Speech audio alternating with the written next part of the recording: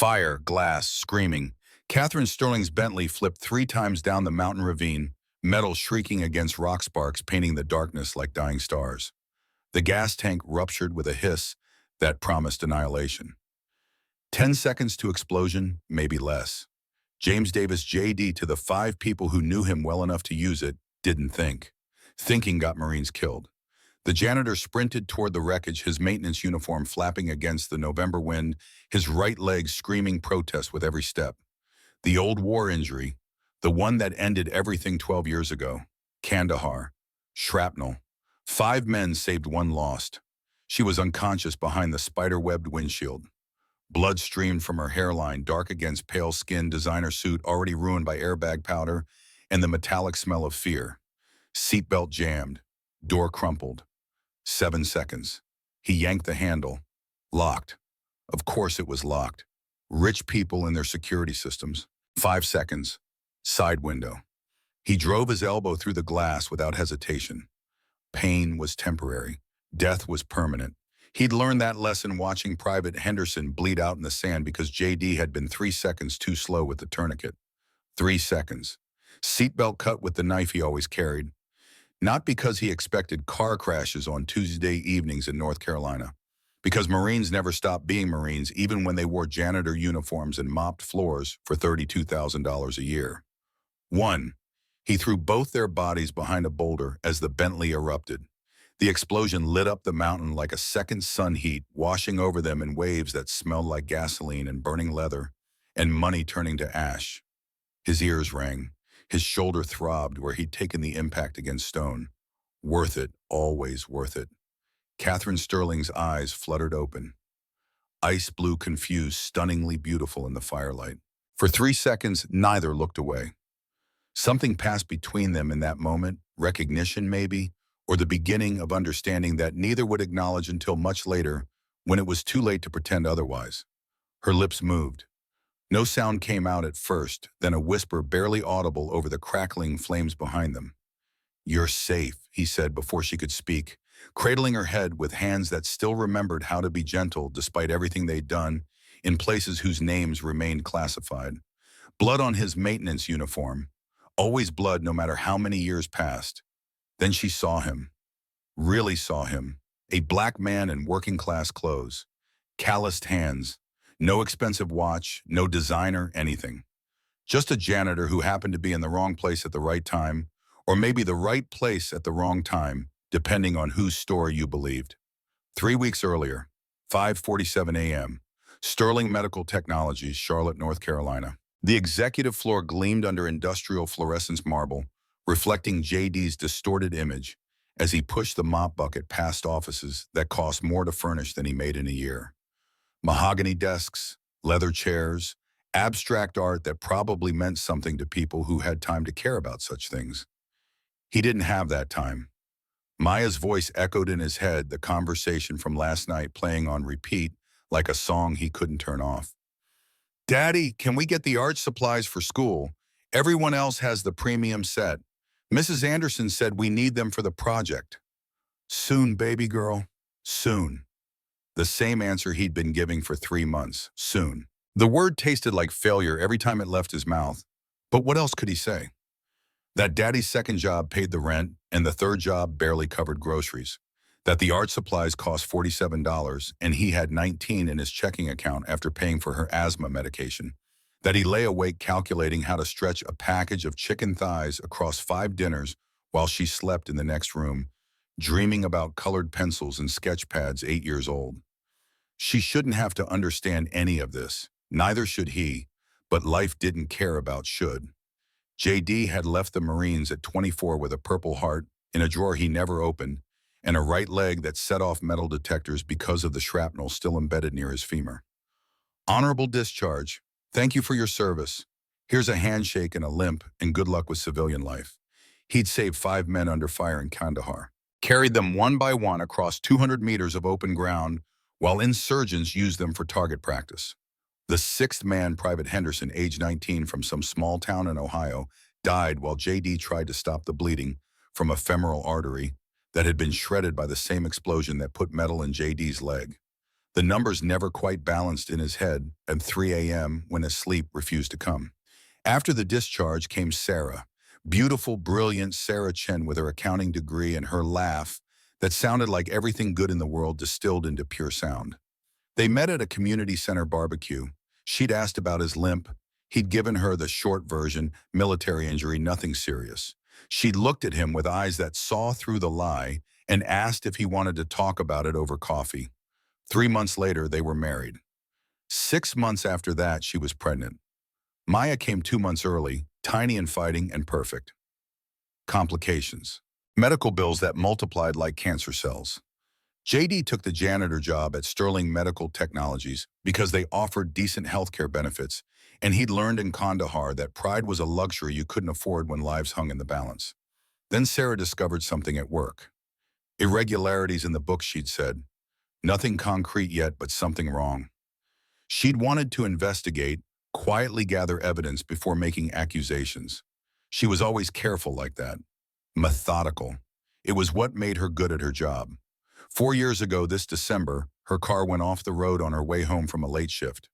Brake failure, the police report said. Tragic accident. These things happen, except they don't. Not to cars that Sarah had serviced 2 weeks prior. Not with brake lines that showed clean cuts, when JD had demanded to see the vehicle personally using connections from his old life that he'd promised himself he'd never touch again. The police had looked at him with pity. Grief does strange things to people, they'd said. Makes them see conspiracies where there's only tragedy. Best to let it go. Move on. Focus on his daughter. JD had let it go.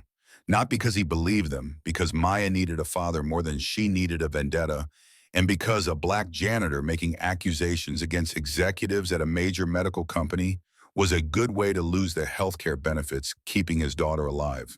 So he mopped up floors, worked second shift security at a warehouse across town, did weekend landscaping when he could find it, kept his head down, kept Maya safe, kept breathing. Through the CEO's glass office door, he watched Catherine Sterling arrive at 6:15 a.m., same as every Tuesday. Designer suit that probably cost more than his monthly rent, heels that clicked with the confidence of someone who'd never worried about rent. She carried a leather briefcase in one hand and a coffee cup in the other, not from the break room, but from that boutique place downtown that charged $7 for what was essentially hot water, passed through beans. Everyone called her the Ice Queen. JD had heard the whispers in the break room, the way people talked about her when they thought no one was listening. Cold, calculating. Beautiful but untouchable, like a sculpture in a museum you admired from behind velvet ropes. She'd never looked at him directly, not once in 3 years. He was part of the furniture to people like her. Useful, invisible, there when needed, ignored when not. He didn't blame her. That was just how the world worked when you lived in it long enough to understand the rules. His phone buzzed. Text from Mrs. Patterson, the 72-year-old neighbor who watched Maya before school. She's asking about the art supplies again. Broke my heart to see her face. Can you swing by after your shift? JD typed back with thumbs that had field-dressed wounds and assembled rifles in the dark and now pushed mops. Will do, thanks for everything. Mrs. Patterson had been a lifeline these past 4 years. Widow, retired teacher, no family nearby. She'd knocked on his door the week after Sarah died, carrying a casserole and an offer to help however she could. Black solidarity, she'd said with a knowing look. We take care of our own when the system won't. The system hadn't. JD had learned that lesson before Kandahar, but the war had driven it home with the subtlety of a rifle butt to the skull. 6:30 a.m. Catherine Sterling emerged from her office heading toward the executive conference room. She walked like someone who'd never stumbled, never fallen, never had to catch herself because the ground gave way beneath her feet. JD had seen that walk before. Officers, the ones who gave orders from air-conditioned command posts while enlisted men bled in the sand. He pushed the mop bucket toward the elevators, invisible as always. Catherine Sterling sat in the executive conference room that overlooked downtown Charlotte, the city spreading beneath her like a kingdom she'd inherited but never wanted. 32 years old, CEO of Sterling Medical Technologies, $800 million net worth according to the latest Forbes estimate, 0 people who actually knew her. The distinction mattered more than she'd ever admit out loud. Richard Blackwell stood at the head of the table, CFO, 48, silver hair that cost $300 every 2 weeks to maintain, smile that never reached his eyes.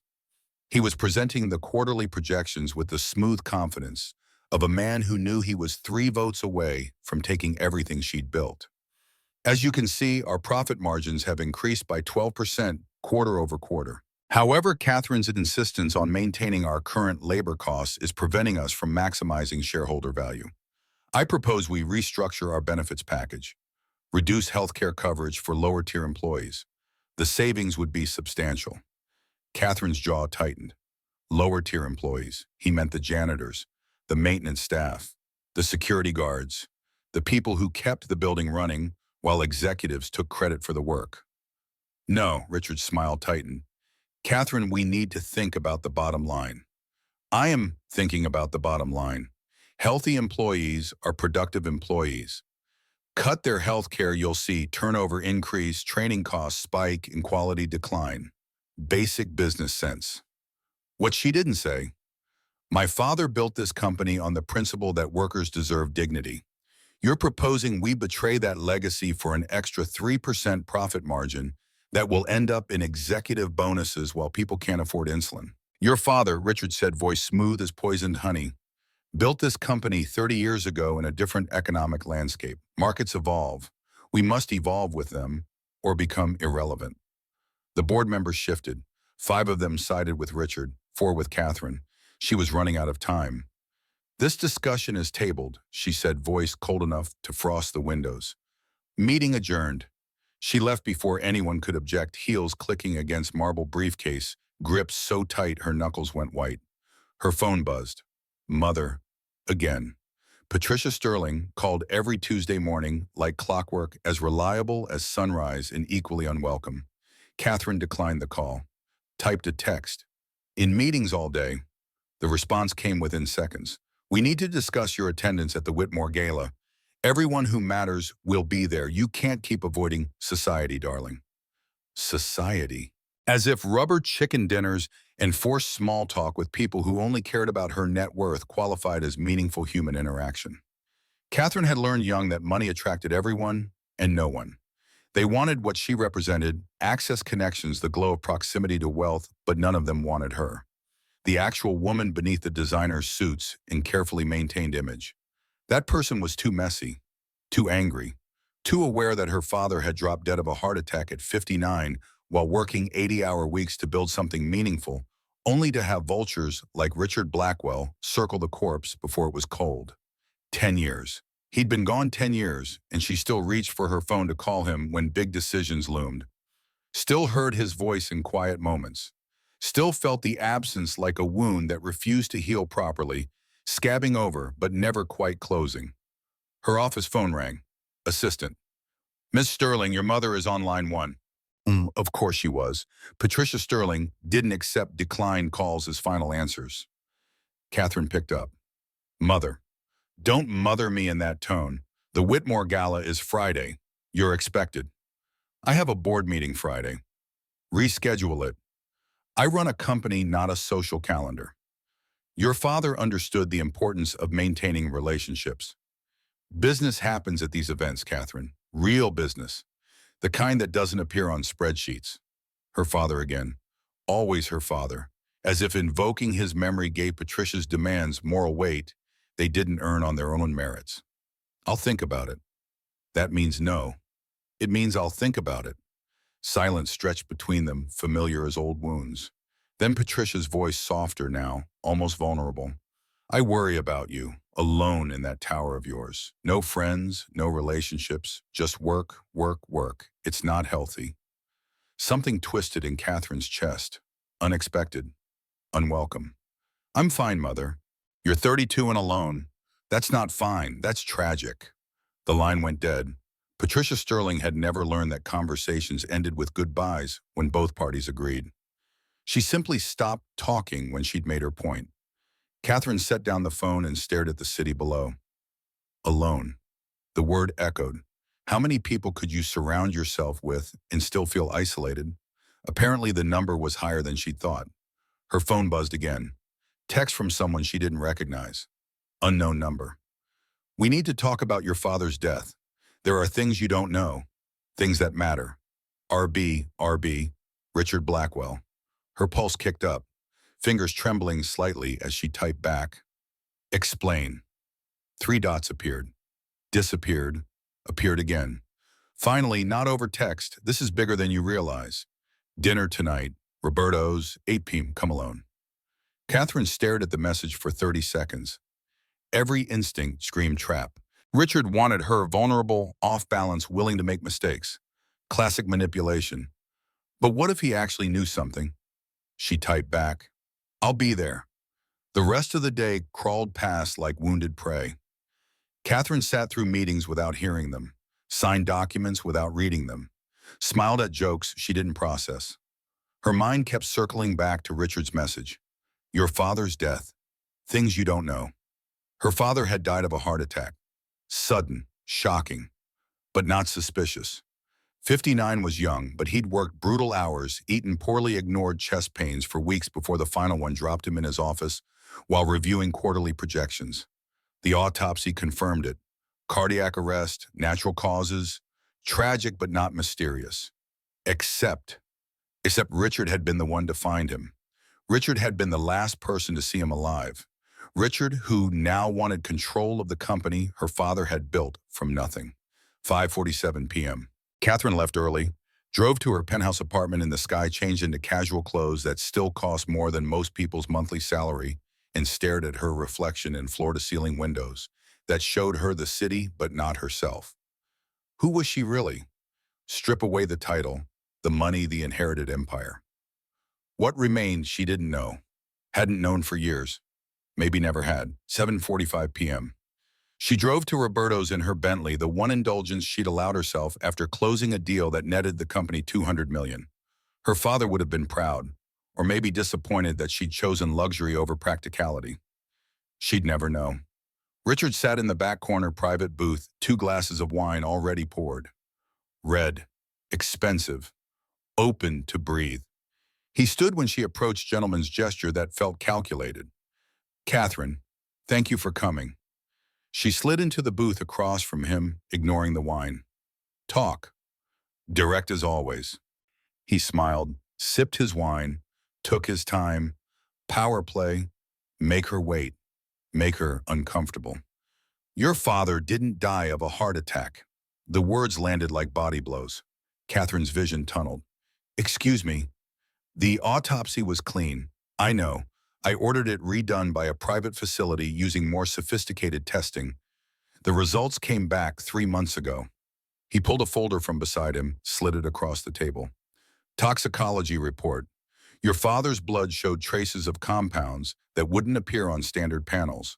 Slow-acting cardiac accelerants. Undetectable unless you know what to look for. Catherine's hands shook as she opened the folder. Medical jargon, chemical formulas. But the conclusion was clear enough. Someone poisoned him. Over several months, small doses, building up gradually, would have felt like stress fatigue, normal aging. Then one day his heart just stopped. Perfect crime. Who? Richard leaned back. Candlelight played across his face, shadows making him look older, harder. That's the question, isn't it? Who had access? Who had motive? Who benefited most from his death? Your CFO, you had both. His laugh was bitter. If I wanted control, I'd have made my move years ago while your father was alive and vulnerable. Instead, I waited until you consolidated power and made it infinitely harder. That's either terrible planning or I'm not your man. Then why tell me this? Why now? Because whoever killed your father isn't finished. The same patterns are appearing again. Irregularities in our financial systems. Classified documents accessed without authorization. Someone's positioning for another move. He finished his wine. I think they're targeting you next. Catherine's throat closed. The restaurant suddenly felt too warm, too bright, too full of people who had no idea that her world was collapsing in real time. You said the autopsy was redone 3 months ago. Why wait until now to tell me? I needed time to gather evidence. To be sure. To protect myself. Richard's eyes met hers. I'm not the villain here, Catherine, but someone is. and they're very good at hiding in plain sight. She stood, grabbed the folder. I'm taking this to the police. I wouldn't, not yet. Whoever did this has connections, power, resources. You go to the authorities now, you'll tip them off before you have enough proof to make charges stick. They'll disappear, or worse, accelerate their timeline. What do you suggest? Let me help you investigate. Quietly, we pool resources, find evidence, build a case that can't be dismissed or buried.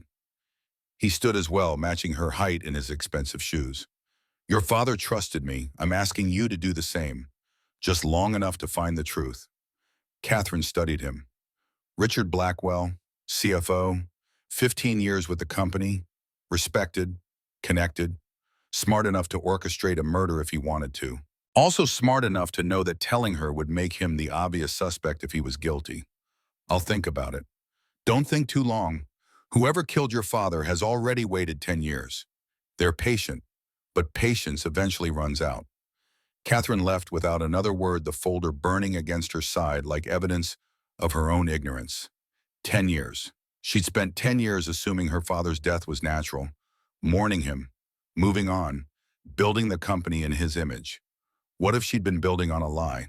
The drive home passed in a blur. She parked in the underground garage, took the private elevator to the penthouse, poured herself 3 fingers of whiskey she didn't drink, and stared at the folder until the words blurred together. Her phone rang, unknown number. Again. She answered. Hello, breathing on the other end. Then a voice distorted, mechanical. You should have stayed out of it. Some questions are better left unasked. Some graves should stay closed. The line went dead. Catherine's hands shook so hard she nearly dropped the phone. Someone was watching. Someone knew she'd met with Richard. Someone wanted her scared. It was working. Friday morning. Catherine woke at 4 a.m., hadn't really slept, threw herself into work as armor against thinking too hard about threatening phone calls and dead fathers and poisons that mimicked heart attacks. Board meeting at 9. She needed to be sharp. The executive floor was empty when she arrived at 5:30. Just her and the ghosts of every decision she'd made wrong. She made coffee in the break room, real coffee, not the boutique stuff, and carried it back to her offices through halls that felt different in pre-dawn darkness. Vulnerable, exposed. Movement in her peripheral vision. She spun. Nothing. Just shadows and fluorescent lights that hummed like distant warnings. Get it together, Sterling. Her office door was unlocked. She always locked it. Always. OCD habit from law school when her laptop got stolen and she lost 3 months of research notes. She kept the knob clean, checked it twice every night before leaving. Someone had been here. Catherine pushed the door open slowly. Lights off. Everything appeared normal. Desk clean, computer sleeping, papers organized exactly how she'd left them. But something felt wrong. The air itself seemed different, disturbed. She flipped the lights, gasped. Someone had left a photograph on her desk. Old, faded. Her father, maybe 35, standing with a man she didn't recognize. Both smiling, arms around each other's shoulders. Brothers in everything but blood. On the back, handwritten in her father's script, Michael Chen, best friend, best man, betrayal I never saw coming. Michael Chen, Sarah Chen, the janitor's dead wife. Catherine's mind raced, connections forming. Her father and Sarah's father had known each other, been friends. What betrayal, and why leave this here now? Footsteps in the hallway. Catherine shoved the photo in her desk drawer as Richard appeared in the doorway. Early start. Good. We need to discuss the board meeting. He stepped inside without invitation, closing the door behind him. 5 votes to remove you if they feel threatened enough. I can give you 3. You need 2 more, Dejair. What do you want in return? Access to your father's private files, the ones he kept off company servers. I know they exist. I know you have them. And if I don't, then you're the fool I hoped you weren't. Richard moved to the window, looking out at the city. Your father kept secrets, Catherine. Some of them got him killed. The rest might save your life if you're smart enough to use them. Catherine considered. Her father had kept encrypted files, cloud storage with 3-factor authentication. She'd never accessed them. They felt too personal, like reading his diary after death. What makes you think his secrets are relevant? Because Sarah Chen died investigating the same financial irregularities that got your father killed. Because her husband works in this building under a false identity. Because everything connects if you're willing to look. Catherine's blood ran cold. What do you mean, false identity? James Davis, the janitor. You walk past him every morning without seeing him.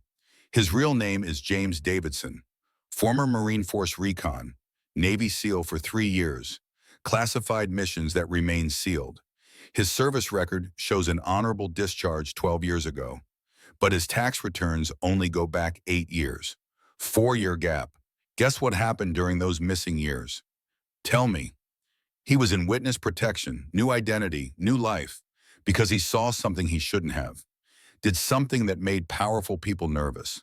The kind of people who can make brake lines fail on a young accountant's car when she gets too curious. Catherine's stomach dropped. You're saying the janitor isn't a janitor, never was. He's embedded, watching, waiting. Whether he's here to protect you or harm you, I genuinely don't know. But I know he's dangerous, and I know he's connected to everything that's happening. The board meeting started at 9. Catherine sat at the head of the table, face composed, mind screaming. 8 board members plus Richard, 5 wanted her removed. The vote was scheduled for end of meeting. 2 hours to change minds or lose everything her father built. Richard presented the restructuring proposal. Reduce labor costs, cut benefits, maximize profits. The same speech he'd given Tuesday, but with more charts, more projections, more ways to dress up the fact that he wanted to squeeze money from the people who could least afford to lose it. This company was built on a foundation of treating workers with dignity, Catherine said when he finished. My father believed that. I believe that. Profits matter. But so do people. We're not stripping health care from employees to pad executive bonuses. Board member Marcus Webb leaned forward. 63, old guard, her father's generation. Your father also believed in fiscal responsibility. The market has changed. We adapt or die. Then we die with integrity intact. Integrity doesn't pay shareholder dividends. The arguments circled like vultures. Catherine held her ground, but she could see the outcome crystallizing. 5 votes against her. Richard's promised support evaporating. She was losing. At 10:47 a.m., her assistant knocked. Interrupted. Unheard of during board meetings. Miss Sterling, I'm sorry, but there's an emergency.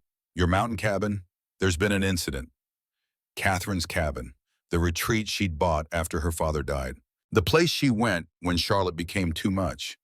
What kind of incident? What happened? Fire, they think. Local authorities are trying to reach you. They say it's urgent. Catherine stood. We'll resume this Monday. Meeting adjourned. She didn't wait for objections. Grabbed her coat and briefcase, and left, ignoring Richard's attempts to follow, ignoring the board's protests. Something was very wrong. She could feel it in her bones. The drive to Asheville took 2 hours. Catherine pushed the Bentley to 90 on empty stretches of highway, mind racing faster than the engine. Fire. Her cabin. The place she'd planned to spend this weekend, avoiding the Whitmore Gala and her mother's disappointed sighs. The threatening phone call echoed. Some graves should stay closed. She arrived at 1:15 p.m. No fire, no emergency vehicles, just her cabin standing untouched against November mountains that looked too peaceful for a world falling apart. Catherine parked, got out slowly, hand on her phone ready to call 911 if this was a trap. The front door was unlocked. She knew she'd locked it last visit, always locked it. Same OCD habit, someone was playing games. She pushed the door open, living room intact, kitchen clean, everything normal except for the envelope on the coffee table. Heavy, expensive paper, her name written in elegant script. Catherine opened it with shaking hands. Inside documents, financial records. Her father's signature on transfers she'd never seen. $50 million moved through shell companies over 5 years, ending 3 months before his death. Embezzlement. Her father had been stealing from his own company, or someone wanted her to think he had. A note paper-clipped to the front page.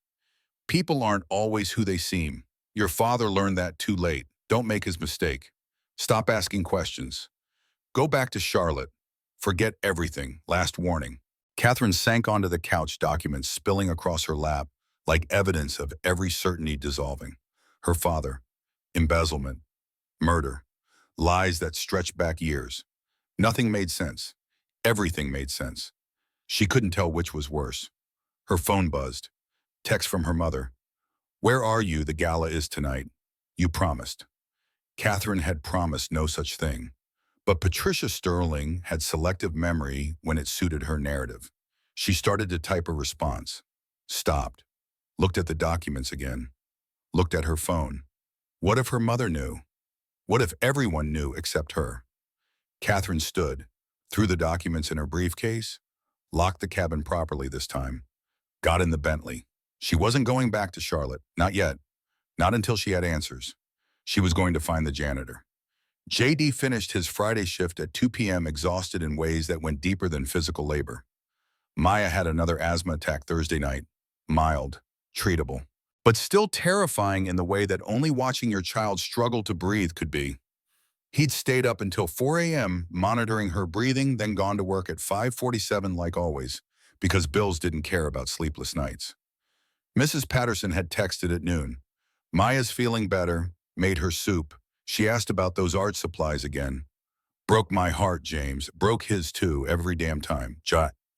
Walked to his truck, 15-year-old Ford, 200,000 miles more rust than paint, and found someone waiting, leaning against the driver's door like she owned it. Designer jeans, cashmere sweater, face he'd seen 1,000 times from a distance, but never this close. Catherine Sterling. His pulse kicked up. Training took over. Assess the threat, plan escape routes, calculate force required if this went sideways. She didn't look threatening, she looked terrified. "Mr. Davis, we need to talk." JD kept his expression neutral. The years since Kandahar had taught him how to wear a mask. "Ma'am, don't ma'am me, I know who you are." James Davidson, former Marine. Force Recon, Navy SEAL, Witness Protection, missing 4 years. Sarah Chen's husband. Every muscle in JD's body went rigid. His hand drifted toward the knife in his pocket. Old habits. "I don't know what you're talking about." "Yes, you do. Someone killed my father 10 years ago, poisoned him, made it look like a heart attack. The same someone killed your wife 4 years ago, cut her brake lines, made it look like an accident. They're connected. You know it, I know it, and someone wants me to stop asking questions." JD studied her, really looked, saw the fear behind the carefully maintained composure, saw the desperation in someone who'd had their world cracked open and couldn't close it again. He unlocked his truck. "Get in." "Where are we going?" "Somewhere we can talk without being watched. You were followed from your cabin, black SUV, 2 occupants, stayed 3 cars back the whole drive, currently parked at the street corner." Catherine's face went white. "How did you force recon? We notice things." He started the engine. "You want answers, I'll give them to you. But not here, not now. And you need to understand something." "What?" "Once you know, you can't unknow. Some truths destroy everything." "You sure you're ready for that?" Catherine clicked her seatbelt. "Drive." JD drove like someone trained to lose tails without looking like he was trying. Surface streets instead of highways. Random turns that forced the SUV to reveal itself by following too closely or lose them by hanging back. Catherine watched him work, saw the precision in every movement, the calculated calm that came from muscle memory older than most people's careers. 20 minutes later, the SUV was gone. JD pulled into a storage facility on the edge of town, the kind of place that asked no questions if you paid cash. He stopped at Unit 247, killed the engine. "Wait here." He disappeared inside. Emerged 3 minutes later carrying a laptop and 2 thick folders. Got back in the truck without explanation. "My daughter gets home from school in an hour. We have until then." Catherine's mind caught on the word daughter. Richard hadn't mentioned a child, then again Richard had mentioned a lot of things that might or might not be true. JD drove to a park, empty on a Friday afternoon in November, cold enough that families stayed home. He parked under trees that had shed their leaves weeks ago, skeletal branches reaching toward gray sky. "Talk," Catherine said. JD opened the first folder, pulled out a photograph. Sarah Chen alive, smiling, holding a baby. "My wife, Maya, was 4 months old here. Sarah worked at Sterling Medical as a junior accountant. Entry level, nobody important, except she was smart, saw patterns others missed.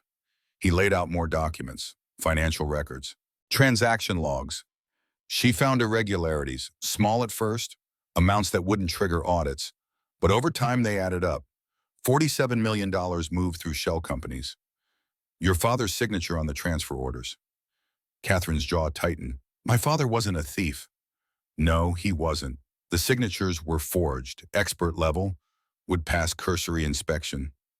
But Sarah was thorough. She compared them to authenticated documents, found micro differences in pressure points, letter formation. Someone was embezzling and framing your father to cover their tracks. Who? She died before she could prove it. But she had a theory, someone with access to your father's signature plates, someone in the executive suite, someone with both motive and opportunity. Richard Blackwell. JD's expression didn't change. Sarah scheduled a meeting with your father 3 days before her accident. She was going to show him everything, prove the forgeries, but she never made it. Catherine's hands clenched in her lap. The brake lines. Cut cleanly, professional job, made to fail on a curve where she'd be going fast enough that the crash would be fatal. I was Navy SEAL then, still had connections, got the vehicle impounded before the insurance company crushed it, paid a mechanic I trusted to examine it thoroughly. He pulled out photographs, close-ups of brake lines with clean cuts that no amount of wear and tear could explain. I showed this to the police. They said I was a grieving husband, seeing conspiracy where there was only tragedy. Told me to focus on my daughter. Move on, get counseling. His voice went flat, cold. 2 detectives who dismissed my evidence retired early 6 months later. Both bought houses in Florida they couldn't afford on police salaries. Both stopped returning my calls. Catherine felt ice spreading through her chest. You're saying they were paid off? I'm saying the corruption goes deeper than one CFO, wider than one company. Someone has resources, connections, the kind of power that makes evidence disappear and witnesses retire to Florida. So what did you do?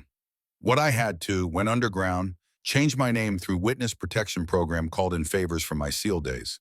James Davidson became James Davis. Got the janitor job at Sterling Medical under false credentials. Stayed close to the investigation. Waited for them to make a mistake. For 4 years. For however long it takes. He met her eyes. I made a promise to Sarah while she died in my arms at the hospital. Told her I'd find who did this, make them pay, keep Maya safe. 4 years is nothing compared to the rest of my life. Catherine understood that kind of promise. The kind you made to ghosts. The kind that became your identity when everything else burned away. Why tell me this now? Because you're asking the right questions. Because whoever killed your father and my wife is moving again. And because you're next on their list if you don't stop digging or start being smarter about how you dig. He opened the laptop, typed with speed that suggested familiarity with more than janitorial equipment, pulled up files that made Catherine's stomach drop. Security footage, her office building, time-stamped from this morning. Someone entering her office at 4:47 a.m., 43 minutes before she arrived. Someone in maintenance uniform, leaving the photograph of her father and Michael Chen. You planted that photo. I acquired it from Michael Chen's estate after he died 3 years ago. Heart attack, also suspicious, also uninvestigated. JD fast-forwarded the footage.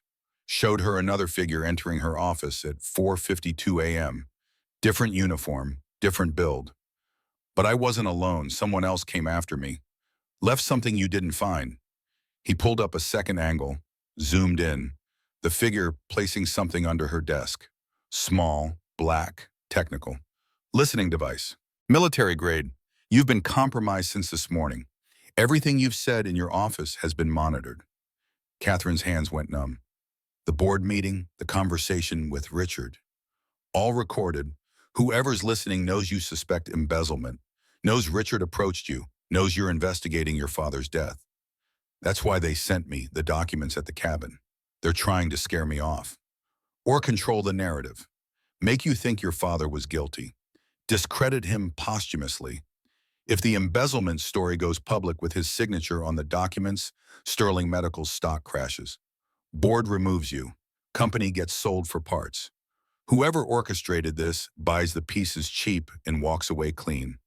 Catherine's mind raced through implications. We need to go to the FBI, SEC, someone outside local control. With what evidence? Forged signatures that implicate your dead father, brake lines from a car that's been crushed. 4-year-old testimony from a widow in witness protection who's currently working under false identity. JD shook his head. They'll bury it. Call it conspiracy theory. By the time we prove anything, you'll be removed as CEO and the evidence will disappear. Then what do? We find proof they can't ignore. We make them expose themselves, and we keep you alive long enough to see it through. Catherine studied him. This man who'd mopped her floors for 3 years while carrying secrets that could destroy everything. This man who'd saved 5 men in Kandahar. This man whose wife had died investigating the same corruption that killed her father. Why should I trust you? Because I'm the only one who has nothing to gain from lying to you. I don't want your money. I don't want your company. I want justice for my wife. That's it. That's all. Something in his voice made Catherine believe him. Maybe it was exhaustion. Maybe it was desperation. Maybe it was the first honest thing anyone had said to her in 10 years. Okay, where do we start? JD checked his watch. With my daughter, she gets home in 15 minutes. I need to be there. But tomorrow we start digging into the one thing everyone assumed was clean. What's that? Your father's death, the original autopsy. Because if Richard had it redone privately and found poison, that means the first one missed something. Someone paid to miss something. We find out who we find our first real thread. Catherine nodded. Tomorrow then. Tomorrow. JD started the truck. And Catherine, assume you're being watched. Assume your phone is tapped. Assume everyone around you is either compromised or in danger. Trust no one until we know who's dirty. Not even you, he almost smiled. Especially not me. I'm the guy who's been lying about his identity for 4 years while working in your building. For all you know, I'm the one who planted the bug. Did you? Wow. No, but you have no reason to believe that except my word. And in this situation, words are the cheapest currency there is. He drove her back to her Bentley. Catherine got out, then stopped. JD, your daughter, Maya, how is she? Something shifted in his expression, softened. Asthmatic, scared sometimes, asks about her mom, draws pictures of families she'll never have. He paused. But she's alive, healthy, safe. That's all that matters. Catherine heard everything he didn't say. The 3 browsed the art supplies he couldn't afford, the medical bills and careful calculations, the weight of keeping a child safe in a world that had already taken her mother. The company insurance covers her treatment. Barely, co-pays add up, but it's better than nothing. Catherine thought about Richard's proposal. Cut health care for lower-tier employees. The savings would be substantial. The savings would kill children like Maya. I'll make sure that never changes, she said quietly. JD studied her. That might cost you the company. Then it cost me the company. She drove away before he could respond, before she could examine too closely why this man's daughter mattered more than the board's quarterly projections. Catherine went to her penthouse, paced, thought, called her mother, and canceled for the Whitmore Gala with an excuse about food poisoning. Endured Patricia's disappointed lecture. Hung up feeling like a teenager again, always falling short of expectations she'd never agreed to meet. She pulled out her father's encrypted files, the ones Richard wanted access to, the ones she'd been too afraid to open. 3-factor authentication. Password, fingerprint, retinal scan. Her father had been paranoid about security. She'd thought it was overkill for personal files. Now she understood. The password was easy. Her birthday plus his. The fingerprint and retinal scan took longer. She'd set up emergency access when he was alive in case something happened. Something had happened, just not the something either of them expected. The files opened. Catherine's breath caught. Thousands of documents, emails, financial records, investigation notes in her father's handwriting. He'd known about the embezzlement, about the forgeries, about all of it. He'd been investigating for 2 years before he died. Catherine read through the night. Coffee at midnight. More coffee at 2 a.m. Her eyes burned, but she couldn't stop. Her father had traced the shell companies, found the real owners, documented everything.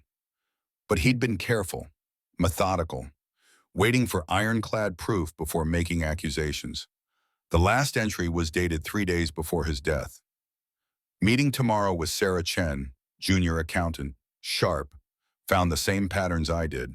She has physical evidence, bank statements I couldn't access. Together we'll have enough. Finally, after 2 years we'll have enough. Tomorrow I confront Richard. No more waiting, no more gathering evidence. The cancer needs to be cut out before it spreads further. Catherine will understand. She'll hate that I kept this from her. But she'll understand. I did it to protect her, to shield her from the ugliness until I could present her with solutions instead of problems. That's what fathers do. We carry the weight so our children don't have to. Tomorrow it ends, one way or another. Catherine's vision blurred, not from exhaustion, from tears she hadn't let herself cry in 10 years. He'd known, he'd been protecting her, and it had gotten him killed. She kept reading, found something that stopped her heart. A list, names, people her father suspected were compromised, paid off, part of the conspiracy. 3 police detectives, 2 board members, 1 SEC investigator. And at the bottom circled 3 times. Patricia Sterling, unclear involvement, access to office, access to signature plates, mode of inheritance if I'm removed. Monitor closely. Her mother, Catherine's phone buzzed. 3:47 a.m. Text from unknown number. Stop reading, close the files, go to bed. Forget everything. Last warning. Next time we take someone you love, choose wisely. They were watching, even here, even in her penthouse with its security and privacy. Catherine threw her phone across the room, watched it shatter against marble. Didn't care. She kept reading. Saturday morning, JD woke at 5:30 like always. Military habits died harder than hope. Maya was still asleep, wrapped in blankets she'd outgrown 2 years ago. New ones cost $60, always something more important than comfort. He made breakfast, eggs, toast, orange juice from concentrate because the real stuff was a luxury. Maya appeared at 6:15, rubbing sleep from her eyes. Morning, Daddy. Morning, baby girl. Sleep okay? I had a dream about Mama. She was smiling, said she's proud of us. JD's throat closed. She is, every day. Maya climbed into his lap. 8 years old, but still small for her age. Asthma and stress had stunted her growth slightly. Nothing serious, just one more thing to worry about at 3 a.m. when sleep wouldn't come. Daddy, can I ask you something? Always. Why do you have 2 phones? JD went very still. What do you mean? I broadcast on last night. You were looking at something on a phone that's not your regular phone. The screen was different. It had maps and pictures. Smart kid. Sarah's genes. Sometimes JD forgot how much she noticed. Forgot that children who grew up with one parent learn to read moods and secrets like survival skills. It's for work, baby. Special security stuff. But you're a janitor. I'm a maintenance worker. We have special equipment sometimes. Maya studied him with eyes that had seen her mother die and her father work 3 jobs and knew more about sacrifice than most adults. Are you in trouble? No, I promise. Because Mrs. Patterson said if you're ever in trouble, I should tell her. She said adults don't always tell the truth when they're trying to protect kids. Mrs. Patterson is a smart lady. So are you in trouble? JD pulled her close, breathed in the smell of her shampoo, cheap but clean. I'm being careful, that's all. Sometimes being careful looks like trouble to people who don't understand. I'm scared sometimes, I know. Not of big things, just small things, like what if something happens to you? What if I'm alone? JD's heart cracked. He'd spent 4 years making sure Maya never felt the fear he carried constantly. Apparently he'd failed. Nothing's going to happen to me. I promise. You promised Mama would be okay. Then she died. The words landed like shrapnel. Clean entry. Maximum damage. Maya, it's okay. I know you tried. I know you can't control everything. She looked up at him. But I'm not a baby. I'm 8. I can handle truth better than I can handle wondering. When had she gotten so wise? When had 8 years old stopped being childhood? Okay, truth. I'm working on something important. Something that involves your mama. It might be dangerous, but I'm being careful. And Mrs. Patterson knows everything. If anything happens to me, which it won't, she'll take care of you. I have papers, legal stuff. You'd be safe. What kind of important thing? The kind that makes sure bad people don't hurt anyone else the way they hurt Mama. Maya absorbed this, nodded. Okay, but Daddy, you have to promise me something. What? If it gets too dangerous, you have to stop. Because I need you more than I need bad people punished. Mama wouldn't want you to die being brave. She'd want you to live being my daddy. JD had faced enemy fire, carried wounded men through minefields, performed field surgery with bullets hitting the dirt around him. None of it had scared him as much as this moment. I promise. Pinky promise. He linked his pinky with hers. Pinky promise. They ate breakfast. JD helped Maya with homework. Math problems about fractions. He'd done calculus at Annapolis, taught combat tactics at SEAL School. Now he helped an 80-year-old divide 3/4 by 2/3 and felt more useful than he'd felt in 4 years. His burner phone buzzed at 9:30. Text from Catherine. Need to meet. Found something in my father's files. Can't discuss over phone. JD texted back. Where? Jay, my cabin, 11 a.m. Come alone. He hesitated. Alone meant vulnerable. Cabin meant isolated. Everything about this screamed trap. But Catherine had opened her father's files. If she'd found what he thought she'd found, they couldn't afford to wait. He called Mrs. Patterson. Can you take Maya for the day? Something came up. Of course, honey. Everything okay? Getting there? Slowly. You be careful. That girl needs her daddy. I know. He packed Maya off to Mrs. Patterson's, grabbed the go bag he kept ready habit from his SEAL days. Cash, fake IDs, weapon, medical supplies, phone that couldn't be traced. Before leaving, JD did something he'd been planning for weeks. He pulled out a tiny GPS tracker, military grade, the size of a watch battery. Carefully, he opened the seam of Maya's favorite sneakers and embedded it deep in the sole, sealed it back up with adhesive. Completely invisible. Completely untraceable unless you knew exactly where to look. Insurance, just in case. He drove to the cabin in his rust bucket Ford. Took 2 hours. Scanned for tails. Found none. Either they weren't following or they were better than he thought. Catherine's Bentley was already there. She stood on the porch, arms wrapped around herself against November cold. No coat, like she'd forgotten humans needed warmth.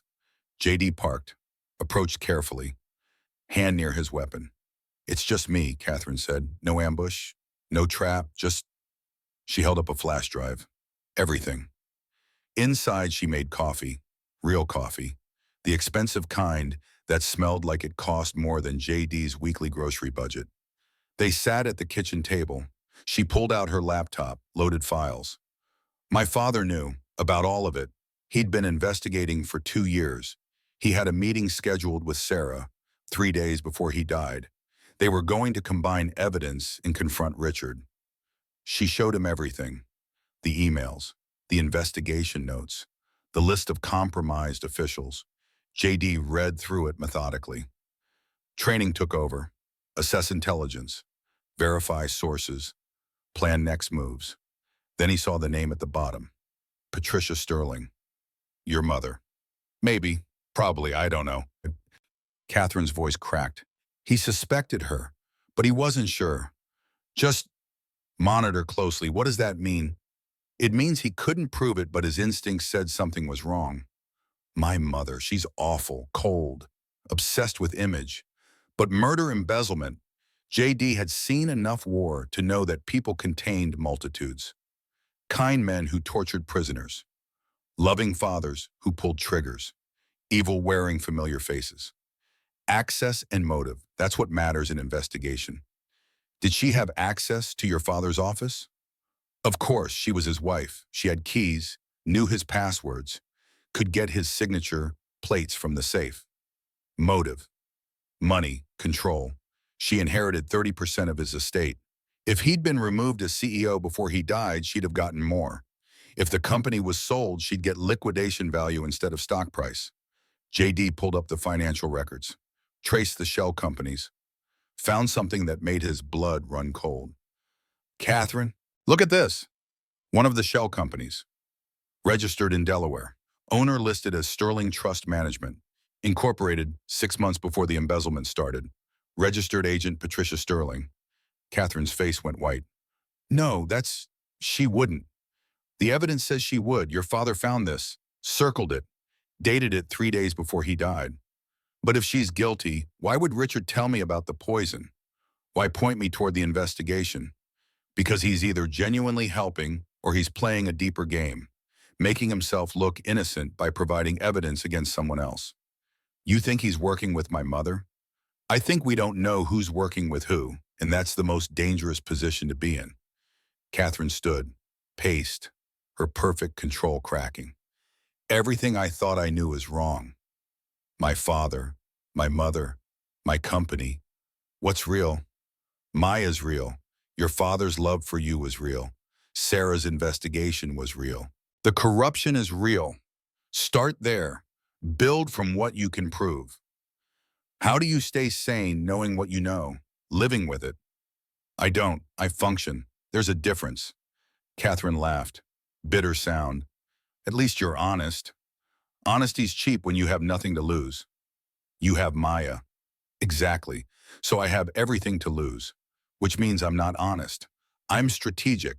I tell you what serves my purpose, justice for Sarah, and withhold what doesn't. You're telling me not to trust you. I'm telling you to trust evidence, documents, facts, not people. People lie. Evidence doesn't. Catherine sat back down, pulled the laptop closer. Okay, what does the evidence tell us? They worked through the afternoon, cross-referenced dates, built timelines, connected dots. The pattern emerged slowly.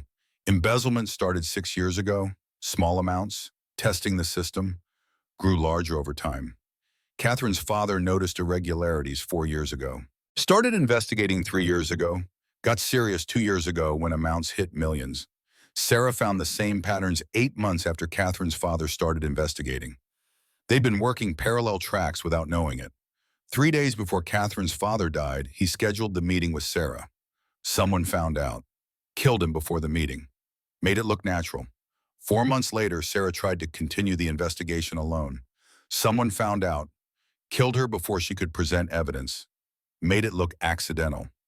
They've been cleaning up loose ends for 4 years, JD said. Anyone who gets close enough to prove anything gets eliminated.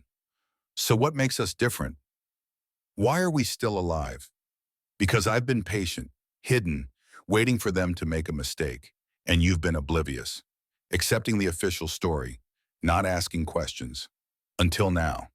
And now that I am asking questions, now we're both targets, but we're also both useful. Me because I have training and resources. You because you have access and authority. Together we might actually survive long enough to expose this. Catherine's phone rang. Her mother. She declined the call. It rang again immediately. Patricia Sterling didn't accept declined calls. Catherine answered on speaker. Mother? Where are you? I've been calling all morning. I'm at the cabin, I told you. Food poisoning. Don't lie to me, Catherine. I know you weren't sick.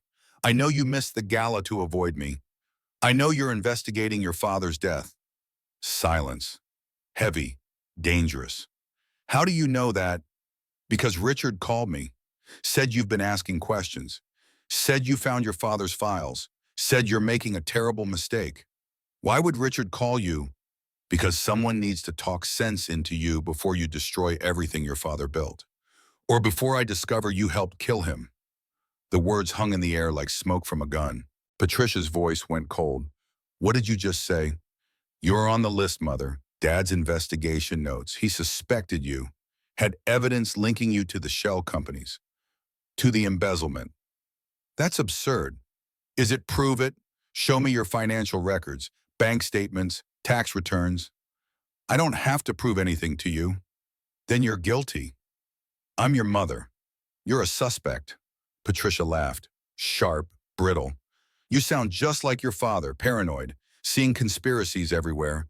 It destroyed him. Don't let it destroy you. He was right to be paranoid. Someone murdered him. Someone gave him stress medication that interacted poorly with his heart condition. It was tragic, not criminal. The autopsy was performed by the county coroner, a man your father trusted. There was no poison, no murder, just an overworked man who pushed too hard and paid the price. Catherine met JD's eyes. He shook his head slightly. Don't reveal too much. I want to believe you, Mother. Then believe me. Come home. Stop this investigation. Let your father rest in peace. I can't. You mean you won't? I mean I can't live with not knowing. Even if the truth destroys everything. Patricia's breathing changed. Faster, shallower. You're making a mistake, Catherine. One you'll regret. Is that a threat? It's a warning from someone who loves you, even if you don't believe that anymore. The line went dead. Catherine set down the phone. Her hand shook. She didn't deny it. Not really. She deflected, defended, but she didn't deny. Guilty people rarely do. Innocent people get angry, demand evidence, threaten lawsuits. Your mother did none of those things. So what now? JD pulled out his burner phone, made a call. Someone answered on the third ring. Davidson, it's been 4 years. I need a favor, Marcus. Last favor nearly got me killed. This one might actually save your life, and mine, and a lot of other people's. Pause, then talk. I need you to dig into Patricia Sterling, financial records, communications, travel history, everything you can find going back 7 years. That's not a favor. That's a felony. I know, I'm asking anyway. Another pause. Longer. JD could hear breathing. Calculation. This about Sarah? Yeah. Then I'm in. Give me 48 hours. JD hung up, looked at Catherine.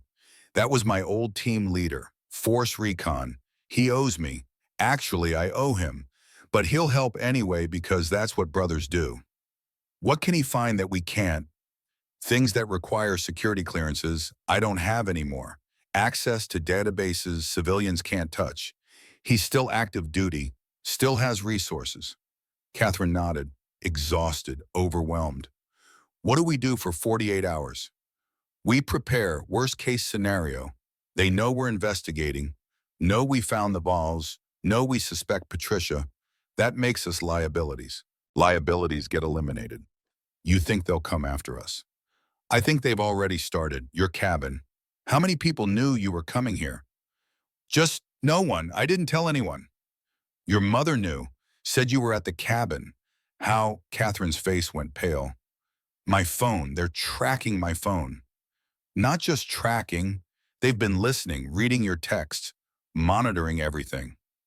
JD stood, moved to the window, scanned the tree line. We need to leave now. Why, what did you see? Nothing. That's the problem. No birds, no wildlife. Trees are too quiet. Something scared them off. Catherine grabbed her laptop. There's a back door. Glass shattered, window exploding inward. Something small and metal rolled across the floor. Flashbang grenade.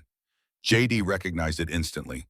Grabbed Catherine, threw both of them behind the kitchen counter as the world turned white and loud and violent. His ears rang. Training took over. Assess, react, survive. Men coming through windows. 3, maybe 4. Military movement.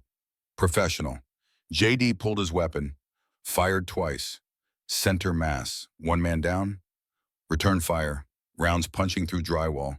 Catherine screaming, or maybe that was just the ringing in his ears. He grabbed her hand, pulled her toward the back door, fired behind them without looking. Suppressing fire. Buy time. Get distance. They burst through the door into November cold. JD's truck 50 yards away. Might as well be 50 miles with gunmen behind them. Run, he shouted. Pushed Catherine ahead. Covered their retreat. More shots. Closer now. They reached the truck. JD shoved Catherine inside. Started the engine. Tires screaming as they fishtailed onto the dirt road. Bullets punched through the rear window. Safety glass spiderwebbing. Catherine ducked. JD kept driving. Foot to floor. Watching mirrors. Waiting for pursuit. It came. Black SUV. Same one that had followed Catherine from Charlotte. JD. Hit the gas harder. The old Ford shook but held together. 15 years and 200,000 miles. Rust and determination. The SUV gained. Newer. Faster. Professional pursuit. JD took a turn too fast. felt the truck start to slide. Corrected. Barely. Catherine gripped the door handle like it was the only solid thing in the world. Who are these people? Professionals, military trained, expensive. Richard? Or your mother? Or both? Doesn't matter right now. The SUV pulled alongside. Window rolling down, man with rifle. JD cut the wheel, slammed into the SUV, metal screaming. Both vehicles careening. The SUV recovered first. More shots. Engine smoking now. Temperature gauge climbing. They weren't going to make it. JD saw the turnoff. Logging road. Narrow. Overgrown. He took it without slowing, branches scraping paint. Undercarriage hitting rocks. The SUV followed. Too big, too low. Got stuck on a boulder 20 yards in. JD kept driving. Mile, 2 miles. Engine making sounds that promised imminent death. Finally stopped in a clearing. Silence except for the ticking engine and their ragged breathing. What just happened? Catherine asked. Someone tried to kill us. Didn't succeed. Won't stop trying. This is insane. This is what your father lived with for 2 years. What Sarah lived with. Welcome to the truth, Catherine. It's uglier than you thought. Catherine's phone buzzed. Text from unknown number. Stop investigating. Last warning. Next time we take Maya Davis, choose wisely. JD's blood went ice cold. They know about Maya. Who's Maya Bono? My daughter, 8 years old. Home with Mrs. Patterson. They just threatened my daughter. Catherine saw his face. Saw something dangerous awakening. Something that had been sleeping since Kandahar, but never died, just waiting. We need to get her somewhere safe, Catherine said, where they have resources, connections, power. Where's safe, Catherine thought. Then I know someone. Someone my father trusted. Someone outside the corruption. Who's hiring? My godfather, retired federal judge. Lives off-grid in Montana. No electronics, no paper trail. If we can get Maya to him, she'll be invisible. JD calculated. Montana, 2,000 miles, 3 days driving. But safer than Charlotte where everyone knew where to find them. Okay, but first we get her right now before they make another move. They abandoned the Ford, hiked back to the main road. Catherine called a car service using a burner phone JD had in his go bag. Paid cash for the driver to take them back to Charlotte. 4-hour drive. JD spent it planning. Contingencies. Backup plans. Ways to keep Maya safe if everything went wrong. Catherine spent it reading through her father's files again. Looking for something they'd missed. Some clue about who was really pulling the strings. She found it at hour 3. Email her father had sent himself. Encrypted. She almost missed it. Subject insurance. If I die, send to FBI, SE, Attorney General. Evidence package. Complete. Attach login credentials for a cloud server. Dead man switch. If Catherine's father didn't access it every 30 days, package automatically sent to authorities. Catherine's hands shook. JD, my father set up a fail-safe. Evidence package. Supposed to send automatically if he died. But it didn't. No, because someone accessed it, reset the timer. The account shows regular logins for the past 10 years. Every 29 days, someone's been keeping it from triggering. Who has the credentials? Catherine checked the email. Only 2 people, my father and Richard Blackwell, for safety, in case something happened to Dad. Richard's been sitting on evidence for 10 years, preventing it from reaching authorities. Why? Either he's guilty and protecting himself, or he's protecting someone else while gathering more evidence, building a bigger case, or he's planning to use it as leverage, blackmail, insurance for himself. They looked at each other, same thought, same terrible conclusion. We need to access that server before Richard knows we know about it, Catherine said. JD nodded. But first we get Maya. Nothing matters if my daughter's not safe. They reached Charlotte at 8 p.m., dark, cold, streets empty. JD had the driver drop them 6 blocks from Mrs. Patterson's apartment. Approached on foot, watching for surveillance, seeing shadows everywhere. Mrs. Patterson's building looked normal. Lights on, no suspicious vehicles. But JD's instincts screamed wrong. Stay here, he told Catherine. If shooting starts, run. I'm not leaving you. You don't have training. You'll just get in the way. Then teach me quickly. No time to argue. JD handed her a small canister from his go bag. Pepper spray, point, press. Don't spray into wind. If someone grabs you eyes and throat, don't stop until they're down. Catherine took it, nodded. They approached the building. JDA moved like smoke. Catherine tried to match him. Failed, made noise. Building door unlocked. Wrong. Mrs. Patterson always locked it. Stairs instead of elevator. Quieter. JD went first. Weapon drawn. Catherine behind him with pepper spray gripped like prayer. Third floor. Mrs. Patterson's door. Also unlocked. Also wrong. JD entered fast. Swept corners. Training. Muscle memory. Living room empty. Kitchen clear. Bathroom clear. Bedroom. Mrs. Patterson tied to a chair. Tape over her mouth, eyes wide. Terrified. Maya nowhere. JD removed the tape. Where is she? They took her 20 minutes ago. 2 men, professional. Said if I called police, they'd kill her. Said you'd know what to do. Catherine's phone buzzed. Text. Photo attached. Maya, scared, crying. Held by someone in black tactical gear. Message below. Evidence for the girl. Fair trade. You have 24 hours. Instructions coming. JD. His world narrowed to a single point. Maya's face on the screen. Tears streaming. Terror in eyes that should only know safety and childhood and the certainty that Daddy would always protect her. He'd failed. The one promise that mattered. The only mission that counted. Mrs. Patterson was talking, but he couldn't hear her. Catherine was saying something about strategy, but the words dissolved into static. Everything dissolved except the photo. Maya, his baby girl, in the hands of people who killed for money. His phone rang. Unknown number. He answered. Mr. Davidson, or should I say Mr. Davis, we've been dancing around each other for 4 years. Time to end the performance. Male voice. Calm, educated. Not Richard. Someone else. Where is she? Safe for now. Scared but unharmed. We're not monsters despite what you think. Let me talk to her. Pause, movement. Then Maya's voice. Small. Broken.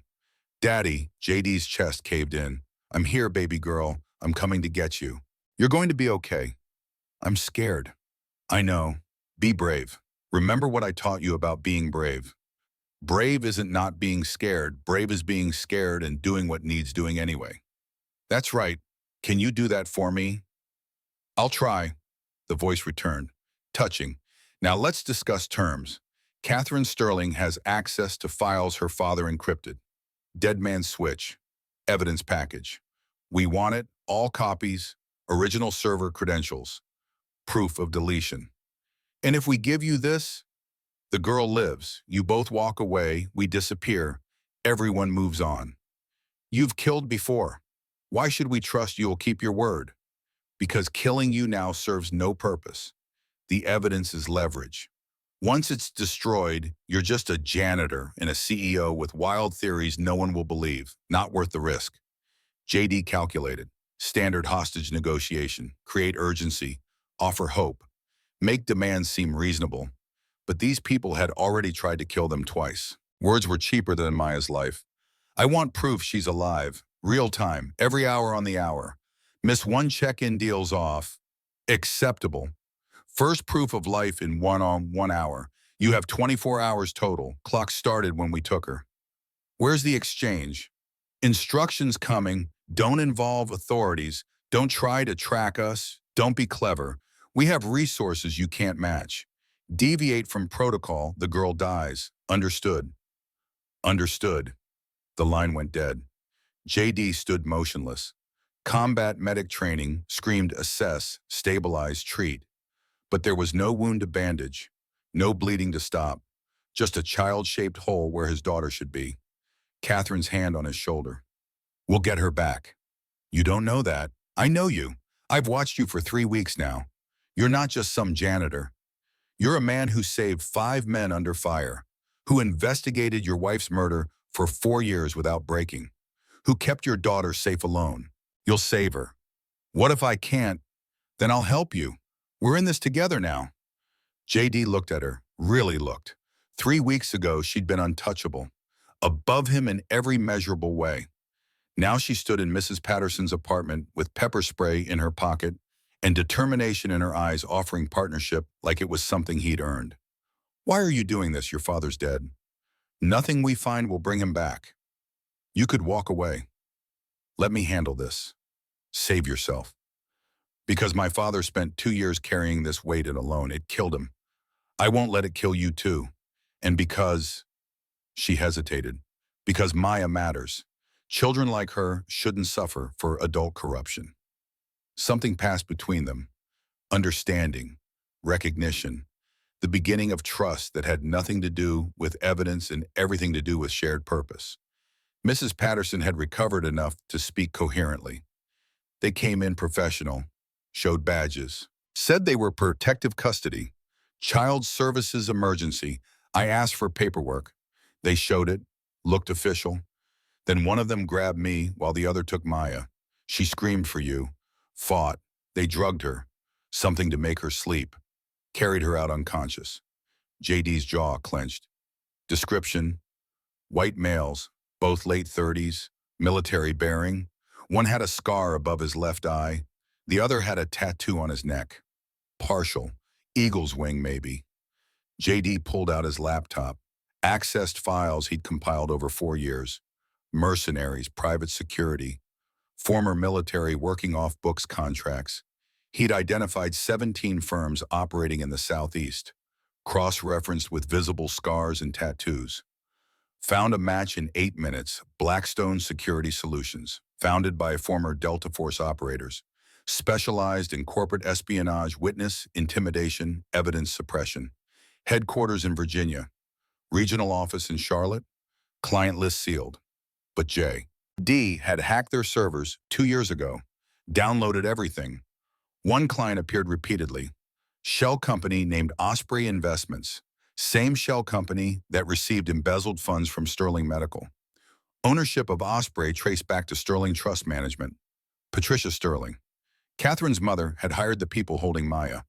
Catherine saw his screen, saw the connections, saw her mother's name. Her face went gray. She took Maya. My mother kidnapped an 8-year-old child. Or Richard did, using your mother's company. Or someone else using both their resources. We don't know who's pulling strings. It doesn't matter. The money comes from accounts my mother controls. That makes her complicit. Catherine pulled out her phone, dialed. Her mother answered on the second ring. Catherine, I hope you've reconsidered. Where is she? Where is who? Maya Davis, 8-year-old girl, kidnapped an hour ago by mercenaries hired through Osprey Investments. Your company. Where is she? Silence, long enough to confirm guilt, short enough to maintain deniability. I don't know what you're talking about. Yes, you do, and I'm giving you one chance. One. Tell me where she is. Let her go. Face consequences like an adult. Or I go public with everything. Dad's files, the embezzlement, the murders, your name attached to all of it. Your reputation destroyed. Your freedom gone. Choose. You're bluffing. Try me. More silence. Catherine could hear her mother breathing, calculating. Patricia Sterling had spent 60 years building image, reputation, social standing. Threatening that foundation was the only leverage that mattered. Even if I knew anything about this, even if these accusations had merit, going public would destroy the company. Thousands of bombs. Your father's legacy. Everything he built. He built it on integrity. You've turned it into a criminal enterprise. Better it burns than continues corrupting. You don't mean that. Watch me. Catherine hung up, hands shaking. She just threatened her own mother, severed the last thread of family connection, chosen a stranger's child over blood loyalty. It felt like the first honest thing she'd done in years. Her phone rang immediately. Unknown number. She put it on speaker. Richard Blackwell's voice. Catherine, we need to talk, face to face. No tricks, no recording, just truth. Why should I trust you? Because I'm the only one telling you the truth. Your mother's involved, but she's not the architect. She's a tool. Someone else is running this operation. Someone with more to gain than money. Who? Not over the phone. Meet me. 1 hour, the old Sterling Medical Warehouse on Oakmont. Abandoned. Private. We can talk freely. You could be setting a trap. I could, but if I wanted you dead, you'd already be dead. I've had 4 years of opportunities. Didn't take any. That should tell you something. JD shook his head. Mouthed the word trap. Catherine considered. Every instinct screamed danger. But Richard had information, access, resources they needed. I'll come, but not alone. Bring the janitor if you want. Just come unarmed. I'll do the same. Neutral meeting, exchange information, decide how to proceed. The line went dead. Catherine looked at JD. Your call. Do we go? It's obviously a trap. Maybe, but we have 23 hours to find Baya. Running out of options. JD ran scenarios. Ambush, betrayal, death, but also information, leads, chance to find his daughter. We go, but prepared. I choose the approach. I set the terms. Any sign of trouble, we abort. Agreed. They left Mrs. Patterson with instructions to call the FBI if they didn't return in 3 hours. Took a cab to within 2 miles of the warehouse. Walked the rest. JD carried the go bag. Inside weapons, medical supplies, communication equipment, and enough cash to disappear if everything went sideways. The warehouse loomed against the night sky. 3 stories. Broken windows. Graffiti tags promising teenagers had discovered it years ago. No lights. No vehicles visible. Perfect place for an ambush. Or a private conversation. Impossible to tell which until too late. JD circled the perimeter. Found entry points, exit routes, cover positions, sight lines. All the calculations that had kept him alive in worse places. If shooting starts, you run. Don't wait for me. Don't look back, just run. Catherine's jaw set. We're partners. Partners don't abandon each other. Partners also don't get each other killed through misplaced loyalty. Then don't make me choose. Don't die. Something in her voice made JD look twice. Saw something he hadn't expected. Genuine care. Not pity, not obligation. Actual concern for his survival beyond its utility to her investigation. When had that happened? When had she started to care whether a janitor lived or died? They entered through a side door. JD first, weapon drawn. Catherine behind him with the pepper spray that was laughably inadequate for what they might face. Inside smelled like industrial decay. Oil and rust in time. Moonlight through broken windows created shadows that moved with wind and imagination. Richard, Catherine called. We're here. Second floor, northwest corner. Come alone. JD shook his head. Together or nothing. They climbed stairs that groaned protest. Second floor opened into a vast, empty space. Old assembly line equipment. Conveyor belts to nowhere. The ghost of manufacturing jobs shipped overseas. Richard stood in the corner. No weapons visible. Hands empty. Suit still perfect despite the setting. Like he'd wandered in from a different movie. Thank you for coming. Talk, JD said. Fast. We have a deadline. Maya's safe. I can get her back. But you need to understand what you're really facing. We know about the embezzlement, Patricia's involvement, the murders. You know pieces, not the whole picture. Richard pulled out a tablet, showed them documents, corporate filings, shell companies, international transfers. The embezzlement was just funding, seeds for a bigger operation. Someone's been buying Sterling medical stock through anonymous holdings. Small amounts, different names, over 10 years. Now they control 43%, 3% shy of majority. Catherine's breath caught. Someone's been orchestrating a hostile takeover. Not hostile, hidden, patient, waiting for the right moment. Your father's death wasn't about stealing $47 million. It was about removing the founder, creating chaos, dropping stock price, making the final acquisition cheaper. Who's behind this? Richard hesitated, like the answer cost something to speak aloud. Michael Chen. JD went very still. Sarah's father. He's dead. Heart attack 3 years ago. Faked. I have proof. Medical records. Death certificate forgery. He's alive. Living under a new identity. Controlling everything from behind a dead man's mask. The room spun. JD had attended Michael Chen's funeral. Watched Sarah's mother weep over a closed casket. comforted her while she blamed herself for not seeing the symptoms earlier. All of it theater. Why? What does he gain? Revenge. Your father-in-law blamed Sterling Medical for your wife's death. Blamed Catherine's father for hiring her, exposing her to danger. In his grief, he decided to destroy everything they built, systematically, patiently, over a decade. Catherine's mind raced. The photograph, my office, my father and Michael Chen, best friends, betrayal I never saw coming. He knew. Dad knew Michael was behind it and confronted him. That's what triggered the poisoning. Michael had to accelerate. Kill his best friend before his best friend could stop him. JD's voice went cold, dangerous. Where is he? That's complicated. He has resources, security, safe houses. But I know where he'll be tomorrow night. Annual shareholders meeting. He'll attend remotely under proxy votes he controls. If we can prove his identity, expose him publicly, the whole conspiracy collapses. And Maya saw him released. She's leveraged to keep you quiet until after the meeting. Once he secures majority control, he doesn't need her anymore. You become irrelevant, free to go. Or he kills us all to eliminate witnesses. Richard's expression acknowledged the truth. That's also possible, which is why we need to move first. Expose him before the meeting. Force his hand while we have initiative. Catherine studied Richard. Why help us? What do you gain? I've spent 4 years positioning myself as loyal CFO, pretending not to notice the corruption, building evidence while appearing complicit. If Michael wins, I'm the first one he eliminates. Too close to the truth, too dangerous. My survival depends on his exposure.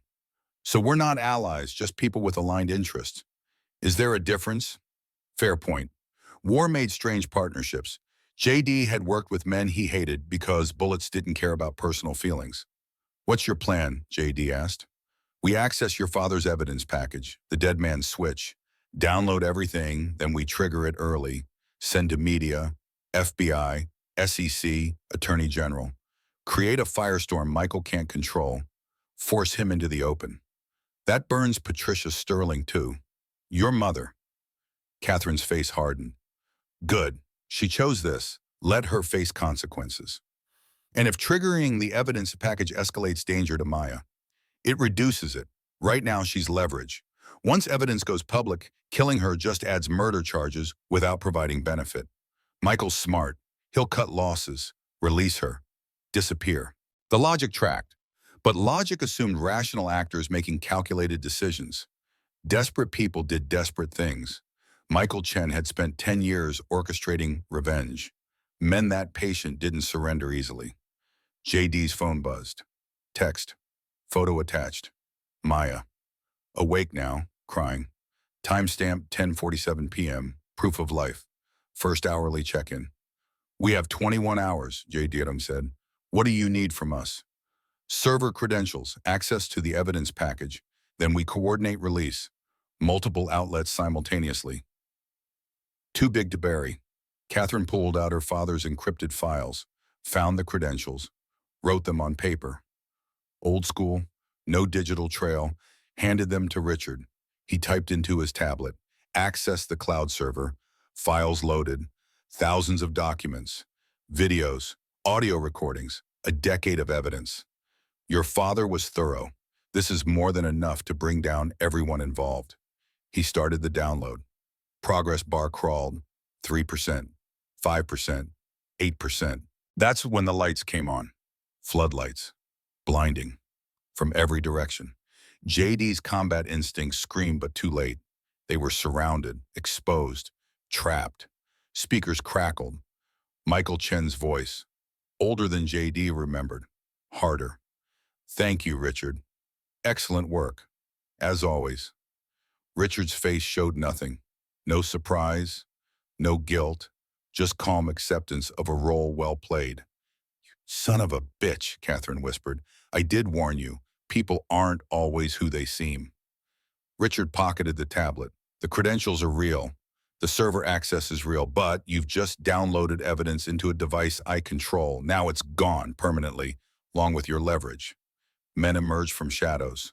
6.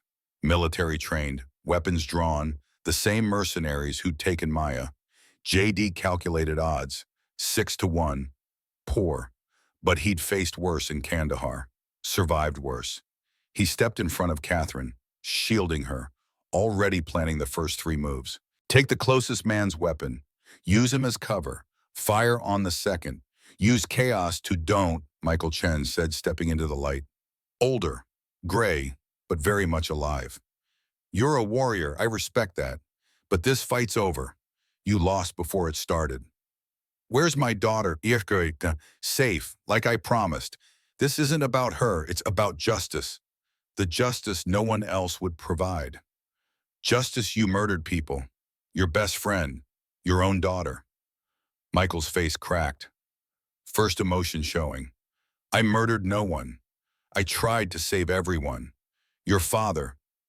He looked at Catherine. Your father and I investigated corruption together. Found evidence. Planned to expose it. But someone knew. Someone had eyes inside our investigation. He gestured to Richard. Him, playing both sides, feeding information to everyone, profiting from chaos. He convinced Sterling to wait, gather more evidence, be certain. While waiting, he poisoned the coffee, made it look like heart attack, blamed it on stress. Richard smiled. Guilty. I did poison him. Michael's telling truth about that, but the rest creative interpretation. Catherine's world tilted again, every certainty dissolving. You killed my father. I liberated a company from a man too weak to do what needed doing. Your father wanted to expose corruption. I wanted to profit from it. His death served both our purposes. I got control. Michael got a convenient scapegoat. And Sarah, JD's voice, barely human. Collateral damage.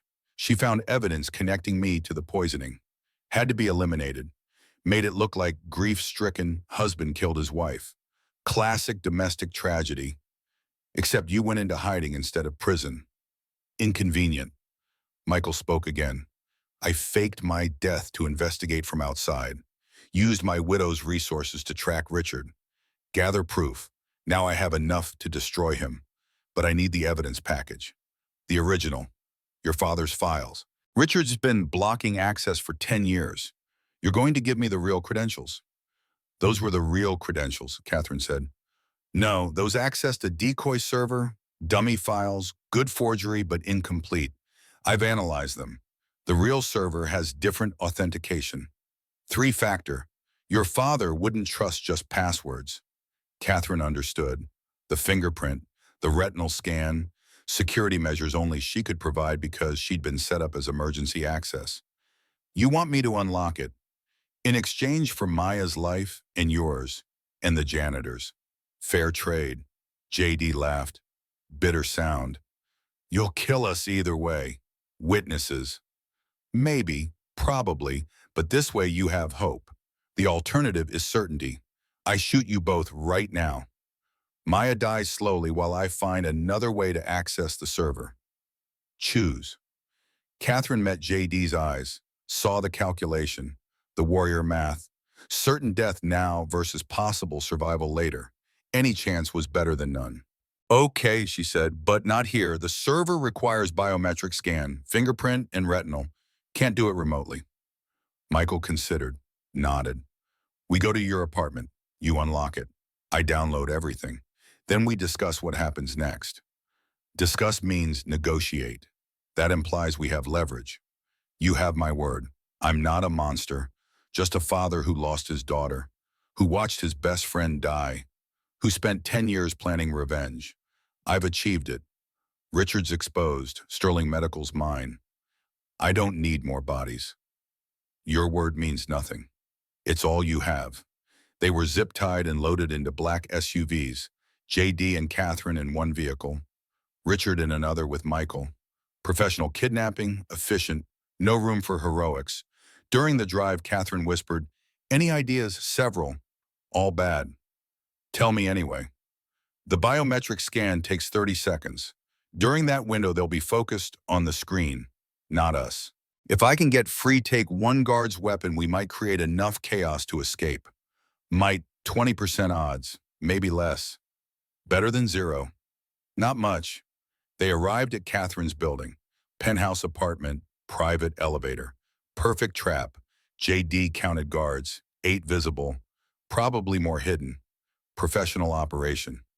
Michael had resources that matched his patience. Catherine's apartment looked different with armed men standing in the living room. Violated, tainted, all the expensive furniture and abstract art suddenly meaningless against the reality of violence. Michael set up the tablet, connected to Catherine's computer. Unlock it. Catherine sat down, typed her password, placed her finger on the scanner, leaned toward the camera for retinal scan. The system authenticated. Files appeared, the real ones this time. Everything her father had gathered.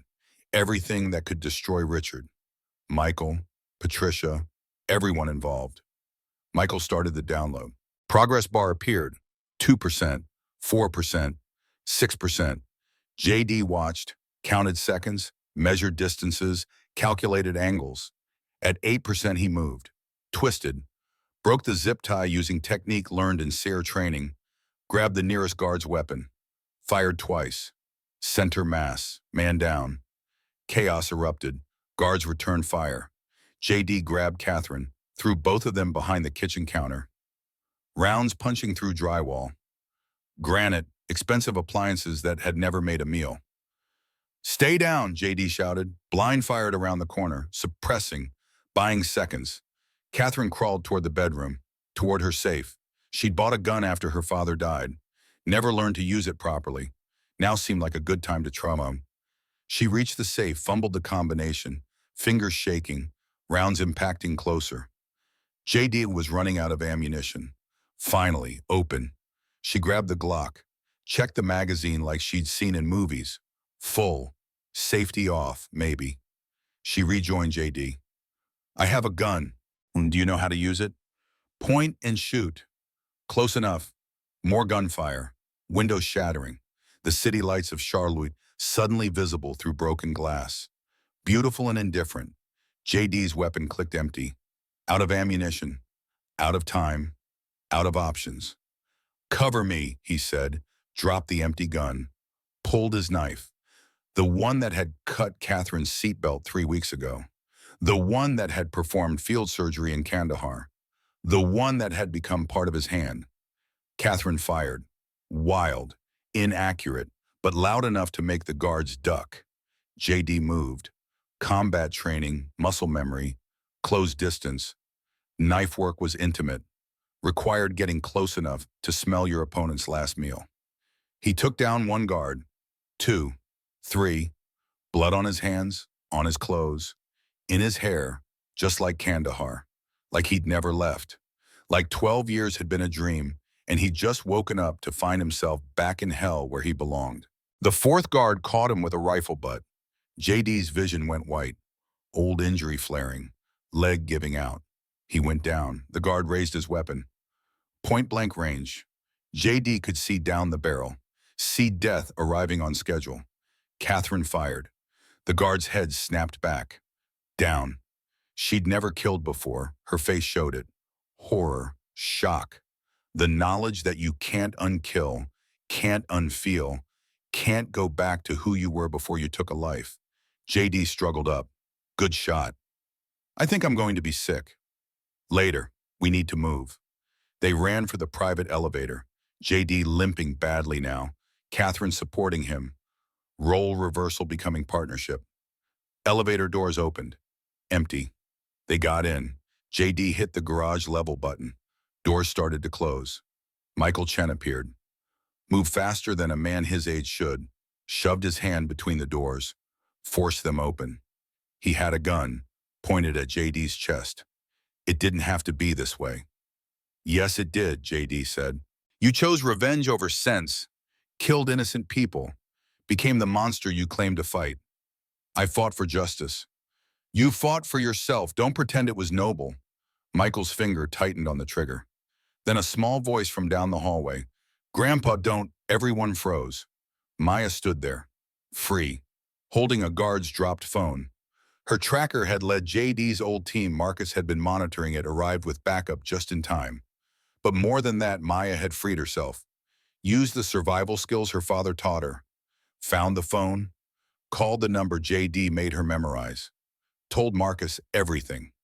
She walked forward now, 8 years old, terrified, brave beyond measure. Grandpa, please. Daddy's good. He saves people. He saved Mama's life over and over when she was sad. He told me stories. He never stopped trying. Michael's hand shook. Baby girl, you don't understand. These people hurt us, I know, but you hurt people too. Mama wouldn't want this. She'd want you to stop, to let us go, to be the grandpa she loved instead of the scary man with the gun. The weapon lowered slowly, Michael's face crumbling. I just wanted them to pay for taking her from us. They did pay. They've been shy, alone, scared, just like us. That's payment. Mama would say it's enough. Behind Maya, a tactical team appeared. Marcus and 5 more. Not Blackstone mercenaries, real military. JD's brothers. JD saw his opening, moved fast, disarmed Michael, put him in a hole that would break bones if he struggled. How did you escape, baby girl? You taught me. Remember, check for weaknesses. The zip tie had a crack. I worked it until it broke. Then I hid until I could run. Found a phone. Called Uncle Marcus like you made me practice. Smart. Resourceful. Sarah's daughter, JD's daughter. A survivor. Catherine pulled out her phone. Called the real police. FBI, SEC, everyone. Gave the address. Explained everything. Then she did something that would change everything. She opened her laptop, accessed her father's real server, the one only she could unlock. And instead of giving it to Michael or destroying it, she uploaded it everywhere, simultaneously. FBI, SEC, Attorney General, New York Times, Washington Post, Wall Street Journal, CNN, Fox News, every major media outlet. The evidence package triggered. 10 years of secrets released in one digital flood. No stopping it, no controlling it. Just truth flowing into the world like blood from a wound that wouldn't close.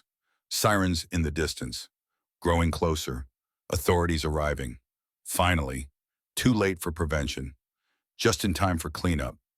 Michael Chen sagged in JD's grip. I just wanted justice. You wanted revenge. There's a difference. Is there? JD thought about Kandahar, Private Henderson, the 6th man, 4 years of hunting his wife's killers, putting Maya at risk for the sake of vengeance disguised as justice. Yeah, he said quietly, there is. Justice serves the living. Revenge serves the dead. I almost forgot that. Maya reminded me. Police flooded the apartment. FBI agents, paramedics, the machinery of law enforcement consuming the scene. JD released Michael. Let the authorities take him. Watched his father-in-law, the man who'd orchestrated murders, destroyed lives, become consumed by grief, get handcuffed and read his rights. Should have felt satisfying. Felt sad instead. Michael Chen had loved Sarah, had loved his friend, had let that love curdle into poison. There but for the grace of God and an 8-year-old girl's wisdom. Maya ran to him. He scooped her up, held her so tight she squeaked protest. Didn't care. His daughter, safe. Alive. The only thing that had ever truly mattered. You saved yourself, baby girl. I'm so proud of you. You taught me how. Your mama taught you. I just reminded you. Catherine stood apart, watching police arrest her mother. Patricia Sterling had arrived during the chaos, tried to claim ignorance. The evidence package proved otherwise. Emails, financial transfers, meetings, all of it documented, all of it damning. Catherine, Patricia said as they led her away, you've destroyed everything. The family, the company, your father's legacy. No, mother, I saved it. From you. Dad would understand. Finally, I think he'd be proud.